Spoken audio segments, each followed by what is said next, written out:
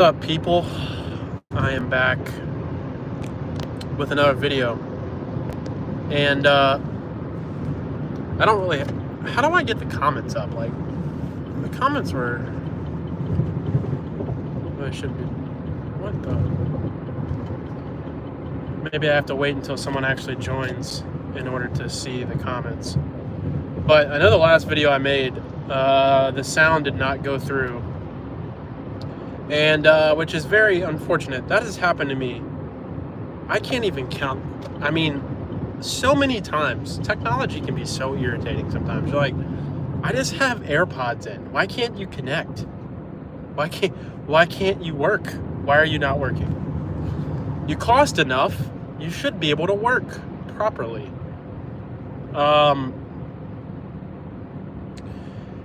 But I was trying to think about what I could make in regards to personality theory, and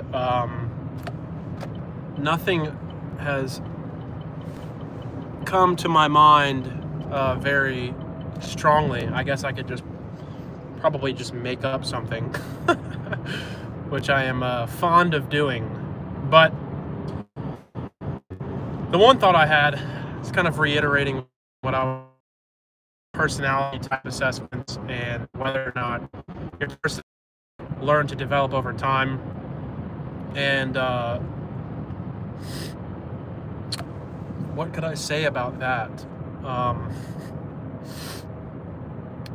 Yeah, I mean, the reality is most of the people that take these tests, they do it for fun. That take the personality test, I do it at times just for fun. I also do it to kind of test the test itself, to kind of see how it's filtering out information and putting things in where they belong. And the reality is, I mean, tests are so circumstantial, and they're so, easy to self-deceive, right? You can kind of subconsciously answer certain questions the test has for you based upon how you feel in the moment. And that's extremely relative to your circumstances. So if you're in a better life situation than you were 5 months before you took the test, then obviously you might test differently. And so a lot of times people test based upon mood. And that is just a very fleeting thing to expect consistency in. You know, you could have a crap mood one day and then look at all the behaviors that correspond to your crap mood, and then you're going to be like, I'm an 8 because I'm mad today and I can't stand everyone. You're like, I don't think that's really how it works. That's a little bit too simple. I'm sad today. I want to cry. I must be a 4. You're like, what? I don't really think that it's that easy. And so it's a really, I was actually watching, if you guys remember, Damon Gray. He made a video talking about, how to really distinguish type and find the type itself, instead of basically what I'm saying now, instead of associative, behaviors that might correspond seemingly to one type and not another. And one thing he was talking about in that video was your values, and your values don't change. Usually they don't change over time unless something drastic happens in your life that basically reorients you into a new person, which is very rare. If anything, that transformation will be basically a better integration of things that you valued before. So if you valued family before, but you weren't as active in your family's lives, then if something happens to you drastically that changes your worldview, then it's not that you no longer have that value. It's that it's more integrated in what it was and what it should be, ideally under the right circumstances, right? Whatever. So, motivation, on the other hand, that's a very interesting thing to kind of dissect and understand, like what motivates a person to do one thing and not the next. And I would like to imagine that the information elements or the cognitive functions are definitely set in place and have a clear hierarchy and a clear structure in the way that they metabolize information in the psyche of a person. But even that being said, so that seems to be the most essential aspect of personality, is the way in which you what you value, right? You could either value, for example, extroverted sensation or introverted sensation as your predominant method of metabolizing sense data or sense experience, whatever you want to call it. And so value and function and the information that you value and how it functions seems to be the most essential part of the psyche. And then external to that, you kind of have behaviors that correspond to what you value. So if you want to live a life for something meaningful and you see something ahead that you're some desirable outcome, you're going to work towards that, and so on and so forth. So it's evident that meaning is something you value, and the function of that translates into introverted intuition and basically functions accordingly, and then associative behaviors emerge from that functionality. But the problem is, just as human beings are, we're very immediate. And so the first thing that we see, we start to try to compartmentalize and organize the behaviors of ourselves or someone around us, and that becomes their personality type. So we work from outside in. It's that have divergent motivations. They have completely opposite reasons for doing what they're doing. And so I think it makes sense that people fall in that trap, and sometimes I do too, because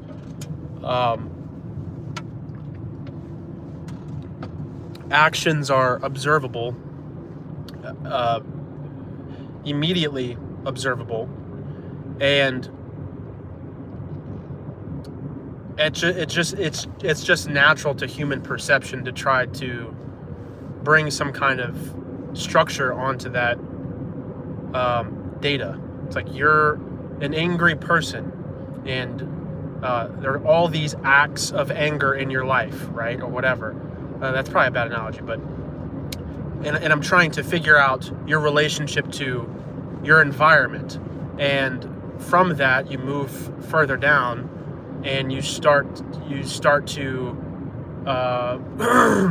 eliminating things that don't add up. Like, you're not an introverted sensing type because there's all this conflictual energy from you and acts that we can clearly observe, and so it's counterintuitive for you to seek peace and as your primary way of metabolizing information, or at least in a valued sense, when everything around you is lacking that because of you, right? Because you're boisterous and confrontational, whatever the case is. So it makes sense that if you type in that way, and I'm not saying that there aren't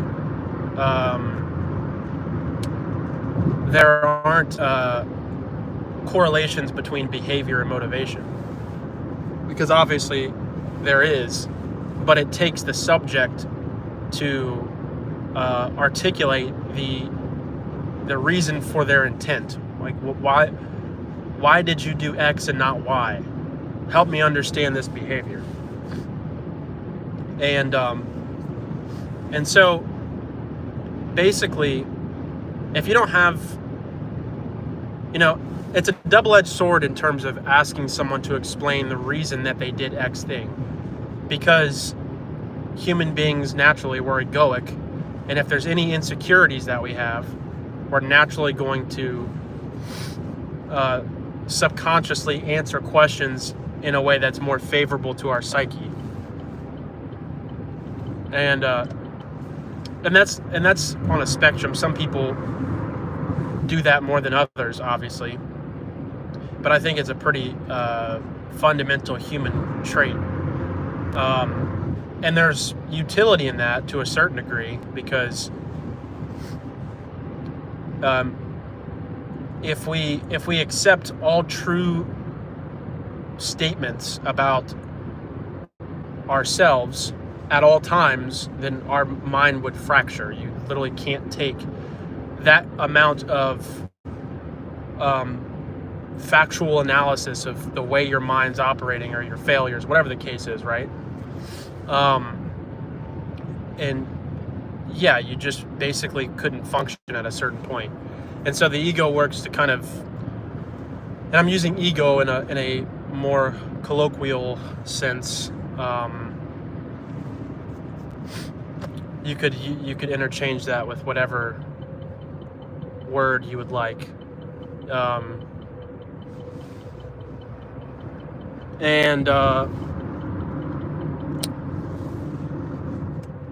So yeah, like what was I saying? I lost my train of thought.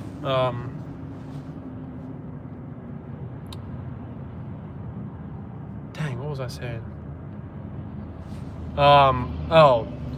But yeah, when you ask people their reason behind why they are acting out in this way that they're acting out, if you understand, most people don't know themselves well, which is true. If you understand that we subconsciously dupe ourselves into believing things that aren't true of ourselves, then you would realize that sometimes asking someone's opinion about why they're doing something, their reasoning, is not always going to work.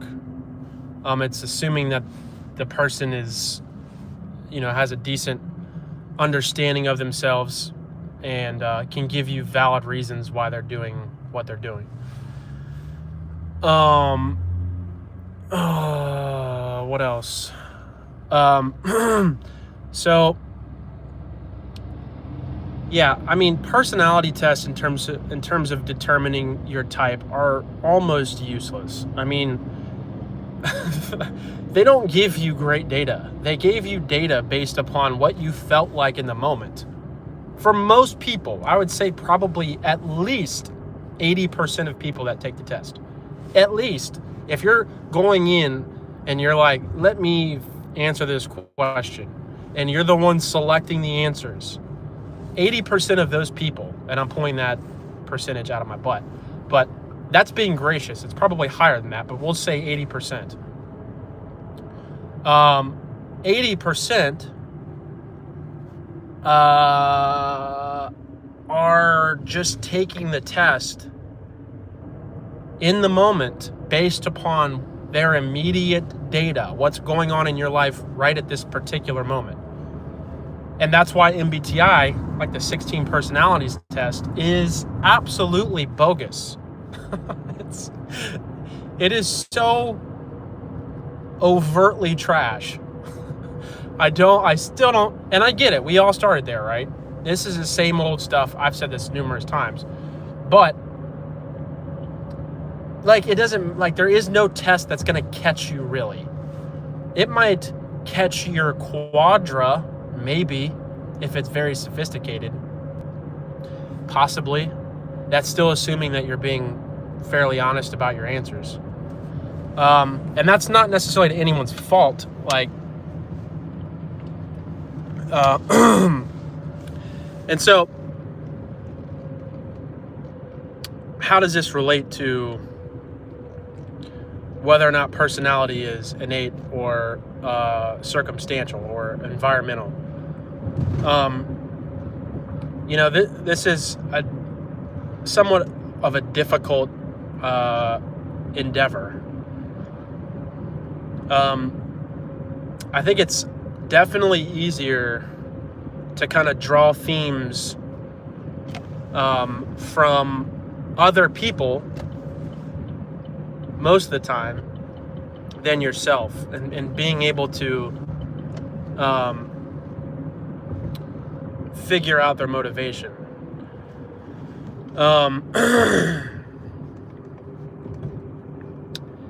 And I guess I said all I could say about that for the most part. I do want to talk. I know what I could talk about. I just watched WSS's World Sociological Society Jack's last typing with a guy who was, I guess, an ESI, and this is just a side tangent / just kind of like what. The dude could be ESI, and there are times where I get. You didn't even look. I could have absolutely, bro. There are times where this is just funny to me. I'll be so confident of someone's type, and I'll watch those videos and I'll listen to them. Mind you, I'm not like dissecting every aspect of what the person's saying and where do you fit here and there and da da da da da. But that last dude, I was kind of shocked. I don't know if you guys have seen it, but I'm like, SE? Am I do I suck at typing? Am I just actually trash? I could see the FITE, right? That was pretty obvious. And there's certain lexicon where, people, they routinely say, I value this, I like this. And I'm not saying that's a ultimate determinant of someone's type, but it's a theme and it's still relevant. You're, of course, evaluating how they're saying that in context. And then it starts to make sense. You're like, yeah, this dude clearly values FITE. It's very clear. I can see that from East Bufu. However, I thought I saw counter evidence to him valuing SE that was just, I was like, man, I might rewatch it. Because it just shows that, it doesn't matter what system you have. Some systems are better than others. Some systems have clearly defined rules and categories that should, in theory, make it easier, I would imagine, to type. That seems like a fair statement. I mean, the less structure you have, the more probability you have, and the more probability you have, the more the less certainty of anyone's type you have, because it's extremely variable. Things could change. Things are ultimately dynamic, and then there's no way to really. That's where trait-based assessments work the best. Ironically, is when there's no structure whatsoever, no real structure that clearly delineates types of individuals. And therefore, today you're an ESTP, but tomorrow you might be an INFJ. Like you could morph. We live in this world where you can be what you want. So if you want to be an INFJ today, by all means, just send her, buddy. And what else was I saying? Oh. So, there is no perfect method. There are better methods than others. And I think with certain people, certainty is probable. Like you're basically certain of someone's type because they're so much of their type that if they weren't their type, then no one would have a type.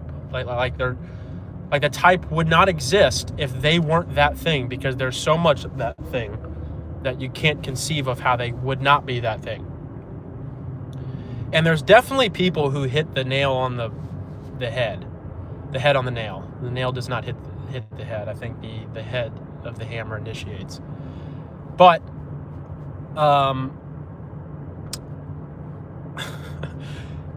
oh crap, I'm losing my train of thought.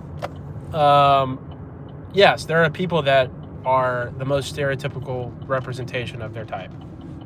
Why is that the case? Because they are that type and their environment reinforced it. That's probably what it is.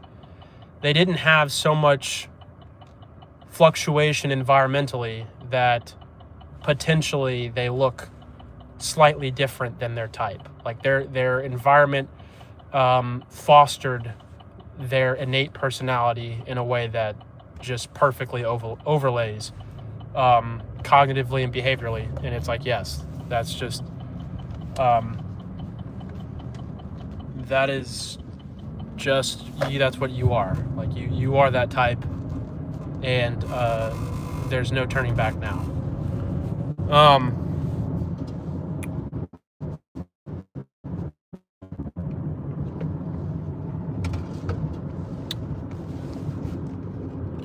So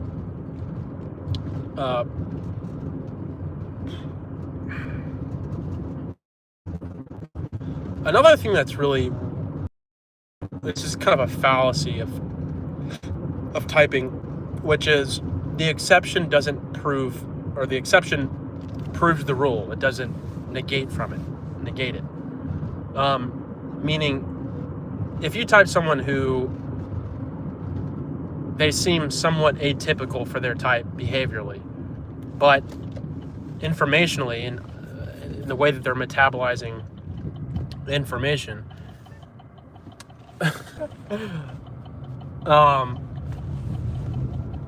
they're everything they're saying corresponds to each function seamlessly, and they clearly value this quadra's values, or whatever the case is. And bro, I'm blanking. And dang, bro, what was I saying, dude? I think I actually have short-term memory loss. How can you start a sentence and then not know where you were, not know what you were? Maybe it's taking me too long to get there. Maybe I should speed the process up. But I really have no clue what I was saying, actually. Too bad I can't see the comments, which I don't know why. I should be able to, but I can't.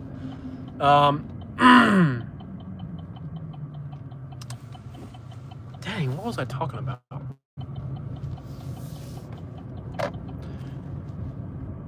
Oh, crap. Yeah, I don't know. I'm just going to ramble until I figure it out. But, yeah, when someone's like an atypical type, that's right, the fallacy's right. That doesn't negate them being their type per se, and it doesn't challenge the credibility of the type's description, or the system's description of the types and the system itself. Not necessarily. Again, because behavior is extremely malleable and circumstantial, and things vary, and so I think there is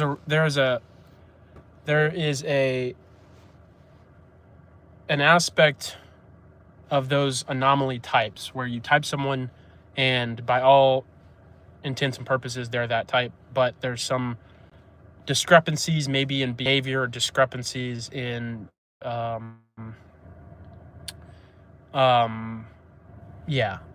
if there's some discrepancies that you can reconcile that by going into like asking them deeper questions about how they responded to one thing and not the other. There's still ways to reconcile those anomaly cases, and it doesn't necessarily imply that they're not the type that they say they are, or that you type them as. And that makes sense because people are dynamic. This is where the dynamism of type comes in. It's that, yes, like there is a clear structure depending on a system that organizes the way they think and stays within those boundaries clearly and distinctly. But yet, we are still dynamic creatures, and we change over time and experience a lot of things that get metabolized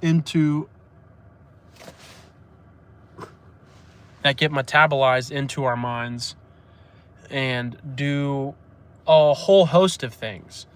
Once that information kind of hits our psyche, there's so much data that's just floating around in our mind, and our brain is trying to use that information effectively and distribute it equally across the brain so that there's optimal effectiveness, whatever the case is.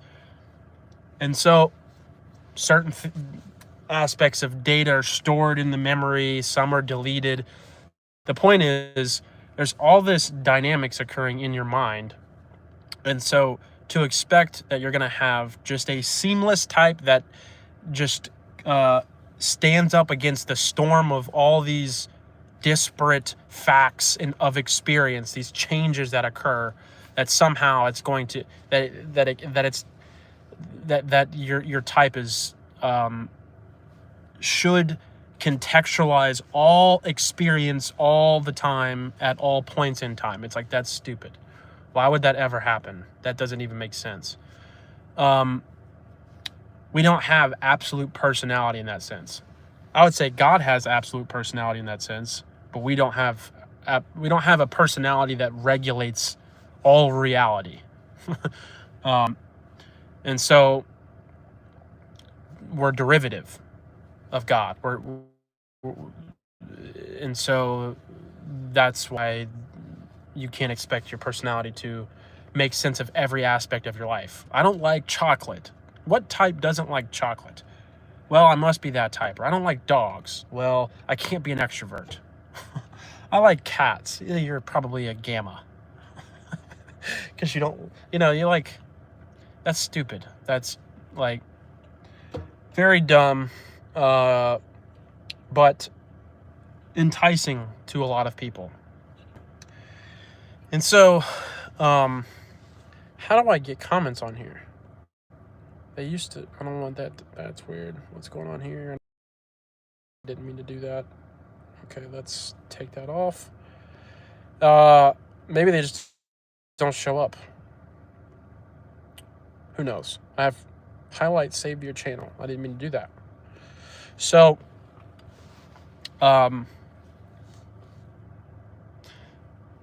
yeah, I mean, another challenge is not to ultimate personality. I mean, I've kind of struggled with this too. Like, personality theory, has the capacity to explain everything about a person, and I can just mechanically follow their actions and derive some conclusion about their type based upon, like, it really just doesn't work that way.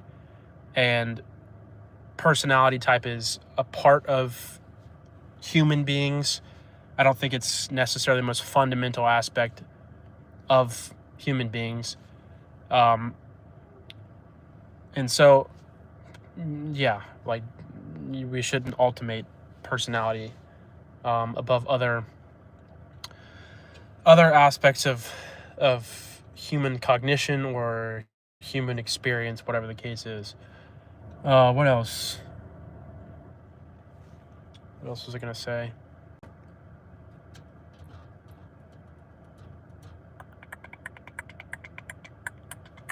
Yeah, I don't know. I think that's all I have. So, peace.